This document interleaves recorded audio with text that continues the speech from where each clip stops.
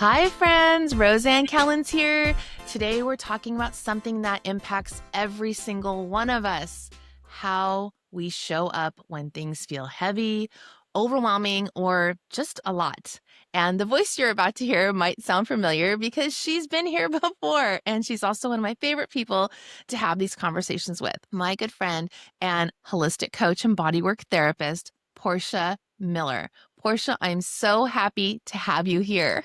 It is so good to be back. Thanks for having me back. Portia, a lot of leadership advice starts with mindset, goals, and strategy, but you come at it from a completely different angle. So, what shifted your thinking about where good decisions actually come from? Well, I have watched many capable women, experienced women, make decisions that they would later regret. And not because they lacked the skill or the commitment, but because they were already running way on empty before the decision arrived. Now, I've done it myself, and I'm sure you feel the same way too. The impact shows up in your body first. It's that tight chest, the shallow breathing, your shoulders are up by your ears, and you can have the best strategy in the world, but you've got to address the physical impact first. Now, the Army Master Resiliency Program, or MRT, shows that we can coach people towards clarity for the body and the mind, but we have to create the conditions for it to stick. We often think that we can think our way through regulation, but our muscles and our fascia, they store the stress that we can't get rid of, and it's going to take more than positive thoughts just to get rid of it. So through coaching and in my massage work, I often talk about the importance of physically moving the dysregulation through your body. And we say that the body keeps the score, but it doesn't really listen to pep talks. I love that. The body keeps the score, but it doesn't listen to pep talks. No. I love that, Portia.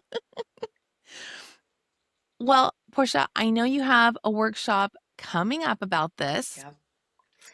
There's a pattern that you see in high achieving women where the harder things get, the more the women take on. So, why do we do that? And why is it so difficult to see that happening in ourselves? Well, I'm thrilled to be able to bring this to AWAG this year. I'm going to be back in the AWAG bubble, and this is one of the workshops that I'm presenting.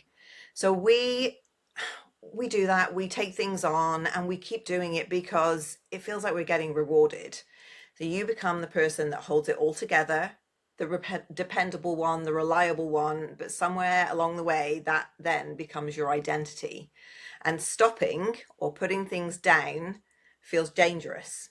So it might look like strength from the outside, but honestly, it's just a really powerful coping mechanism that's been running for so long in your body and in your mind that nobody questions it, not even you. Now, I do something in the workshops where I ask women to get really honest about their capacity. So I ask them to write down everything they're actually responsible for, and then everything that they have taken on or carried, held for other people.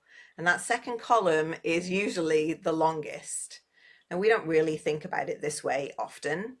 So when we realize that we've been carrying things that were never actually meant for us, something starts to shift and we start to think about, how can I really honor my capacity and carry the things that only I can carry?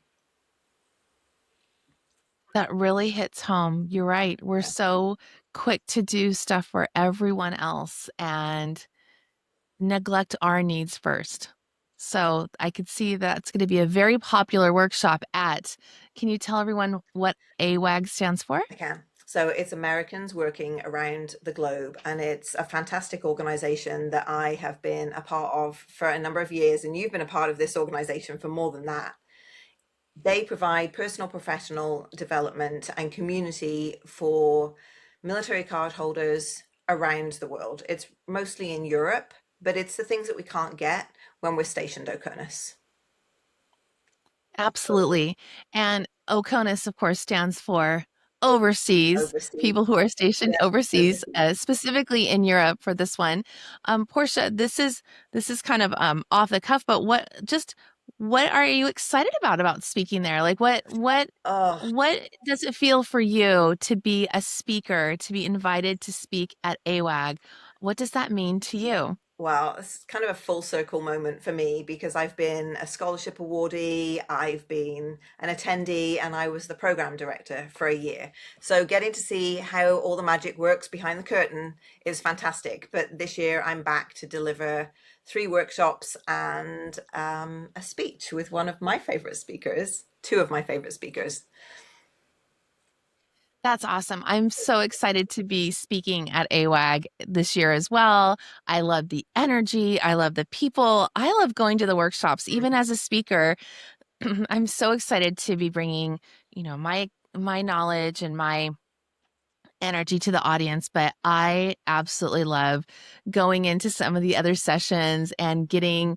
I feel like my gas tank is just so full Yeah. when we go there. So it's an exciting time at the end of April every year. So Portia and I get to celebrate our birthdays. Portia's is on the 15th, mine is on the 29th. So we're April birthday people, and so we're really excited to be there.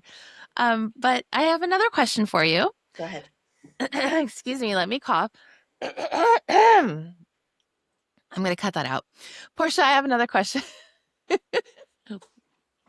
Hold on here. Hang on. So before you cut that out, right, we've got to say that it's the 70th anniversary. So, Oh yeah, we'll do another one. I was thinking we could give that clip to Haley. oh yeah.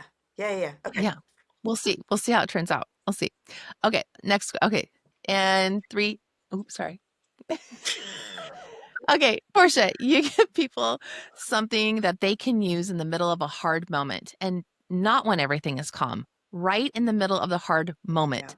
What does that look like? I feel like we I'm probably curious. need it here to reset, but this is a great one to reset your nervous system. So it's super quick.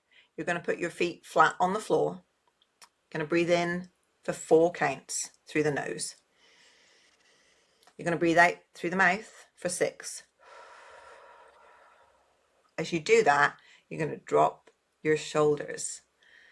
And when you're done, you're going to find 3 neutral things that you can name: a door, a window, a fan, your shoes. And that only takes 90 seconds. So here's the science: your amygdala, your hijacker, has sensed a threat, and whether that is real or perceived, it takes over your rational brain. Well, that long exhale, it's not just calming, it's actually signaling your nervous system that there's no threat and that you're safe. And the moment that your body actually believes that, your prefrontal cortex, or your actual thinking brain, comes back online.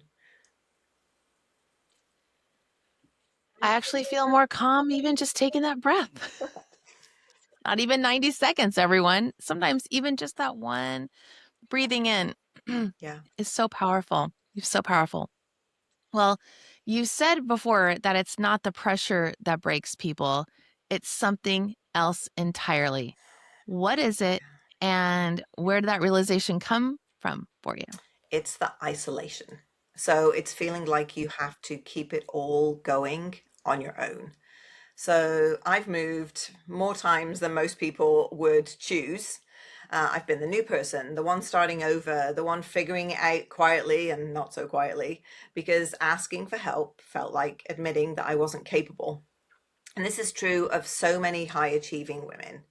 You get good at handling things because you have to, right? I mean, you know yourself.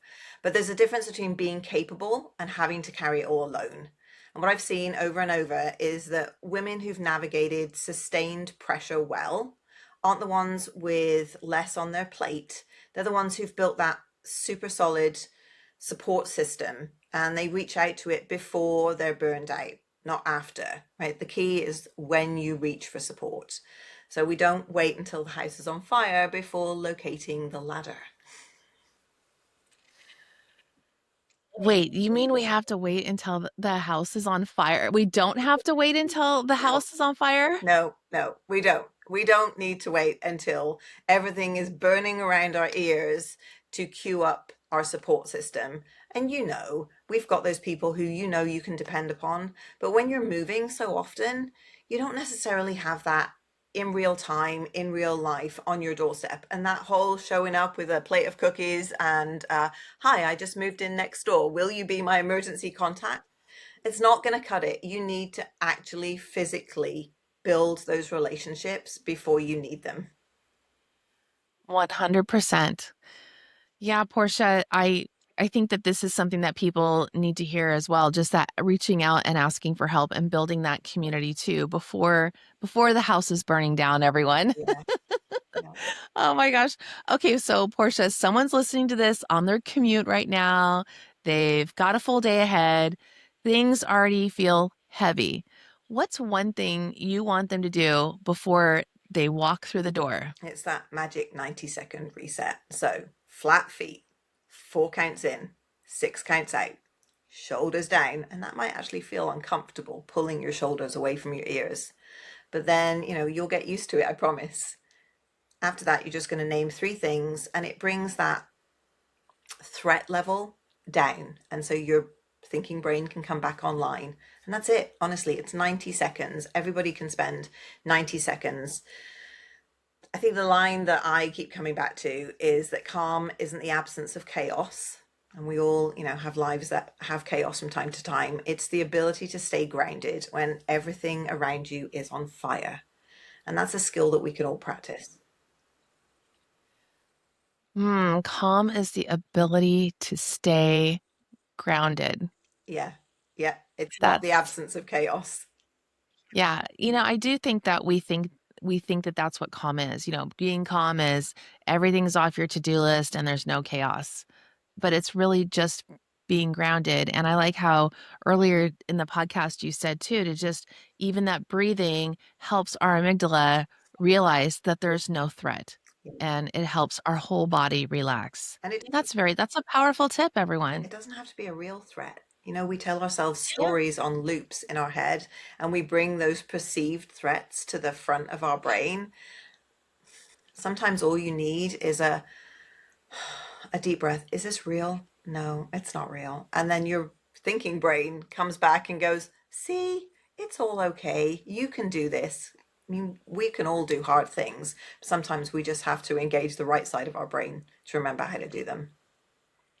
We definitely need to have another podcast about the brain because you're right. I tell clients a lot to thank their brain for that unhelpful thought and literally just say, thank you for that unhelpful thought, brain, Yeah, because our brain is hardwired to keep us safe. yes, So when we want to do something that is uncomfortable or comfortably uncomfortable, we need to have a little talk with our brain. And Portia gave us some tips right there. And sometimes it's not even a talk with our brain, it's simply breathing. yeah. Well, this was a powerful, great conversation. I hope that you're walking away with something you can actually use today, everyone. Not later, not when things calm down, but right No. now.